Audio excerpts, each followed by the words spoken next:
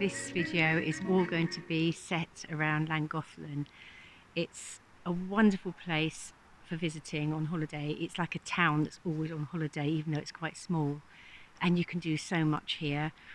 We actually have to leave today, but before we go, I'm going to show you all the things that we got up to, and there's still plenty more to do that we're going to save for next time we come here, because we will definitely be coming back here.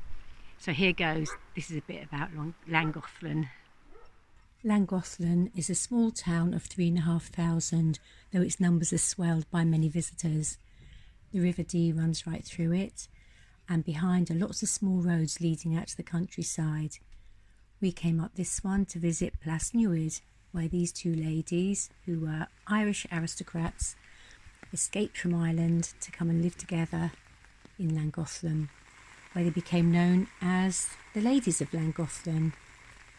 They took over this house and made a beautiful garden in the grounds with lots of bowers and nooks and crannies, and you can walk around this garden completely free, although you pay a small admission price for the house.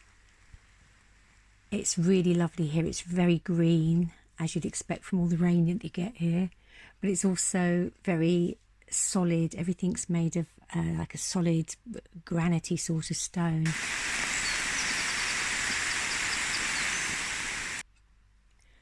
Up at the house, it was originally a sandstone cottage, but they made it into this Tudor looking affair by decorating all the outside with unwanted Jacobean furniture that they upcycled from their friends.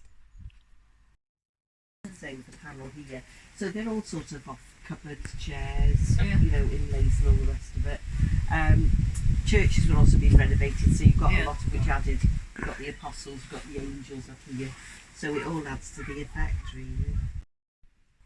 Inside there's lots of stained glass and more carved wood, even in the servants' room. And downstairs and in their bedroom there are lots of costumes from Gentleman Jack, because Anne Lister, who was known as Gentleman Jack, was inspired by and came to visit them here.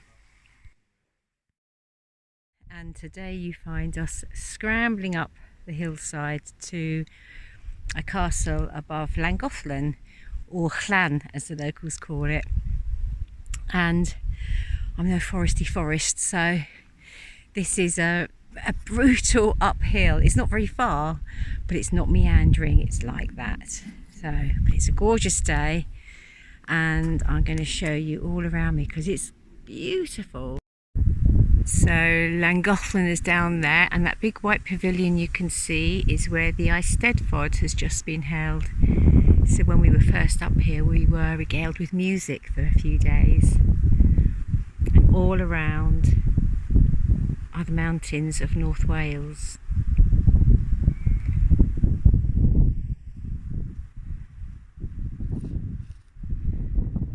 Well, we've made it to the top, and the castle's behind me. I'll show you around in a minute. We've come up here so you don't have to. We've taken one for the team. But the views are spectacular up here. I'll come around here because it's protected from the wind. But right over there is the aqueduct. Can you see it? It's just over there, and it's beautiful in the landscape. I'll see if I can get it a bit bigger.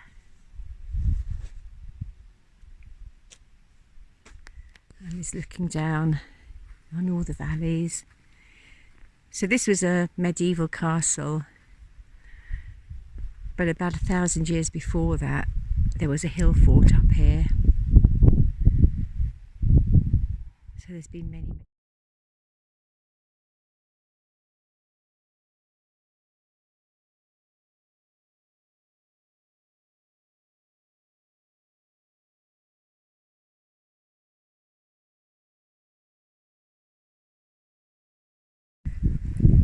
I noticed when we were out and about that there was heather growing, so I had a closer look and found bilberries, because they tend to grow together on acidic soil.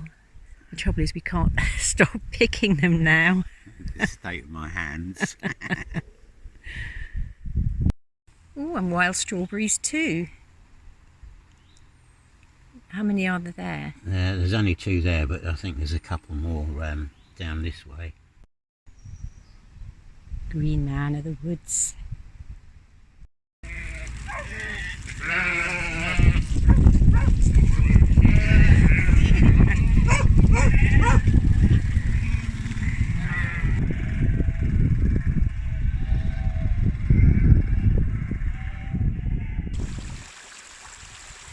And of course, everywhere you go in North Wales, there are always streams that you can cool your poor hot feet off when you've been for a long uphill walk.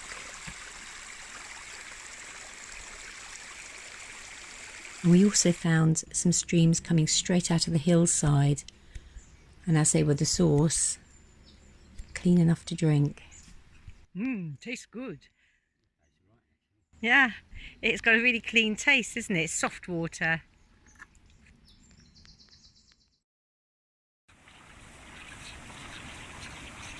Another day we took a walk up to the famous Horseshoe Falls, which was a weir designed by Thomas Telford. And on this particular day the river was quite low and I was able to go for a swim just behind the falls. There was very little pull towards the weir.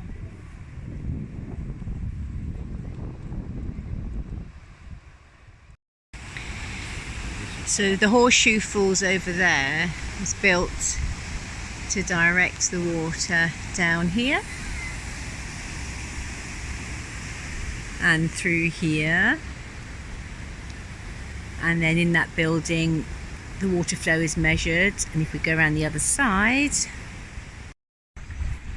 you can see it all pumping out here to the tune of 12 million gallons a day, and that gives the whole of the Langostlin a flow.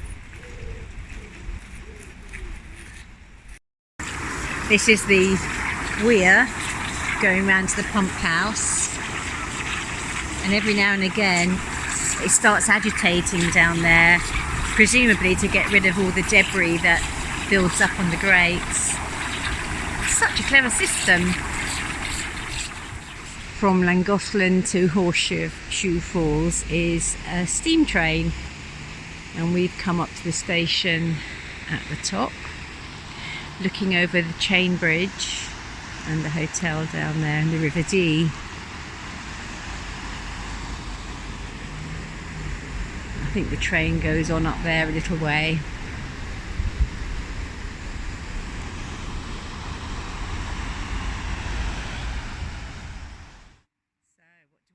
On the way back we found this staircase and we couldn't resist going down to have a little look and see what was down at the bottom of it.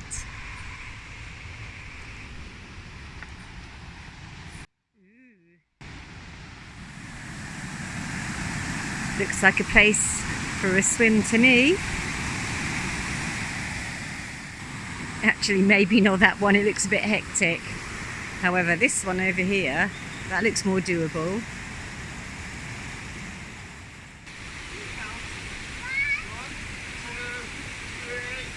Woo! Wow. Fantastic! Wow.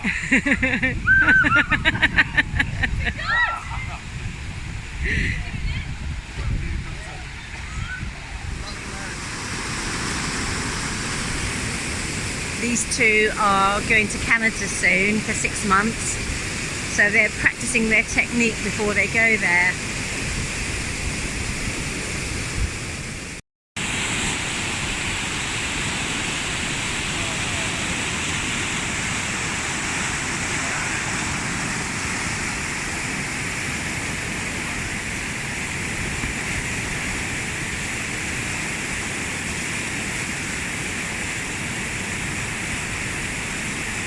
She's up. Oop. Up. She's up. But then just a few days later, after a couple of days of heavy rain, we went back to the same spot, and this was the only way to access it. The water had come right up, and there was no water here at all originally.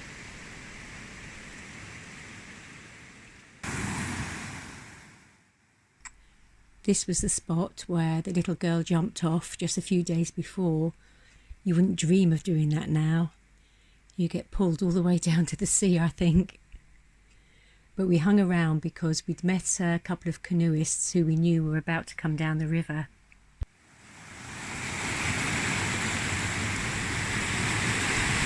Wow, that's insane! Woo!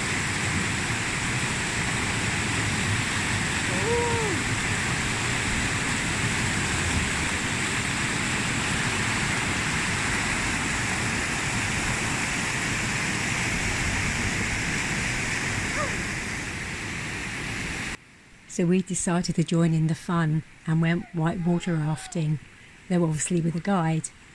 It was the most fun we'd had in ages, worth every penny.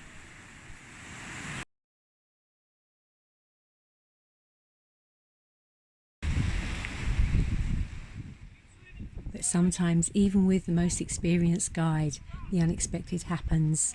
Luckily, this wasn't us.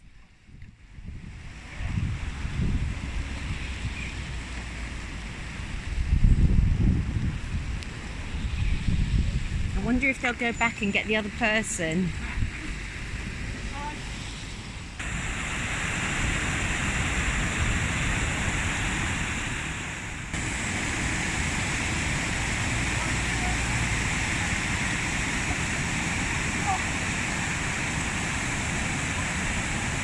Get one, mate, swim. Oh, that's awkward.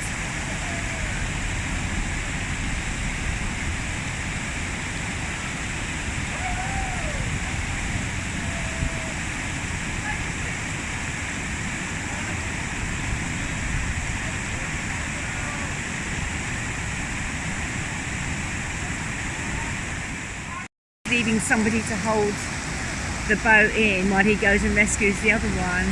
He must just be worried about the flow, I guess.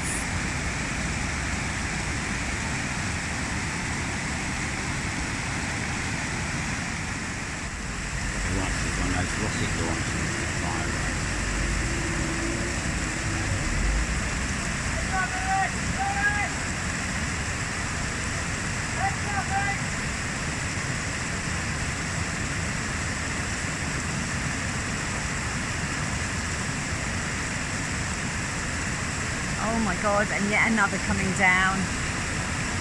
I've only got two in it. Oh.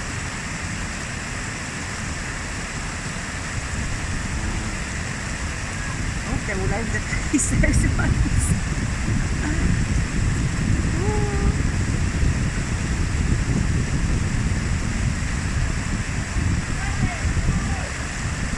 There he goes. Grab it, yes. That's it, go on, hold on tight. Oh, that's...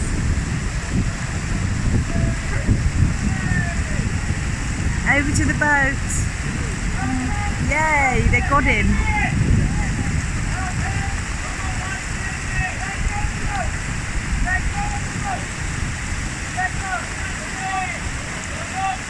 Hey, rescue effected. Well, that's how it's done, isn't it? All calm. Nobody panicking.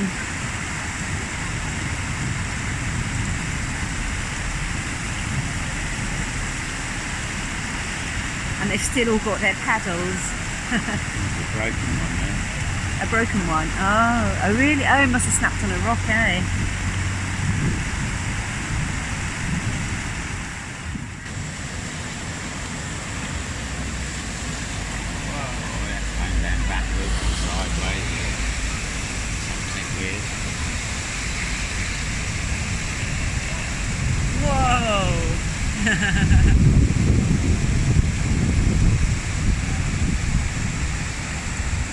That's probably what chipped the others out, wasn't it?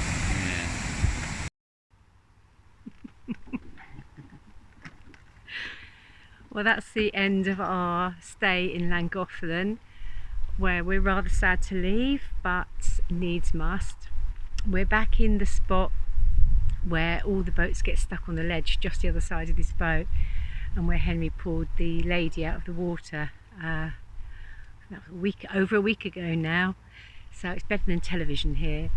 And we are just around this spot for another couple of days, and then we're putting the boat into a marina as we nip back down south for a music festival. So when we come back, we will go to the end of Langostlin, going to the bits that we missed on the way up, and then we're going to turn left and head further north. So have a good week everyone, and see you on the next festival.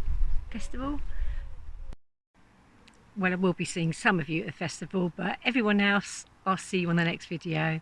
Thanks for watching. Bye for now.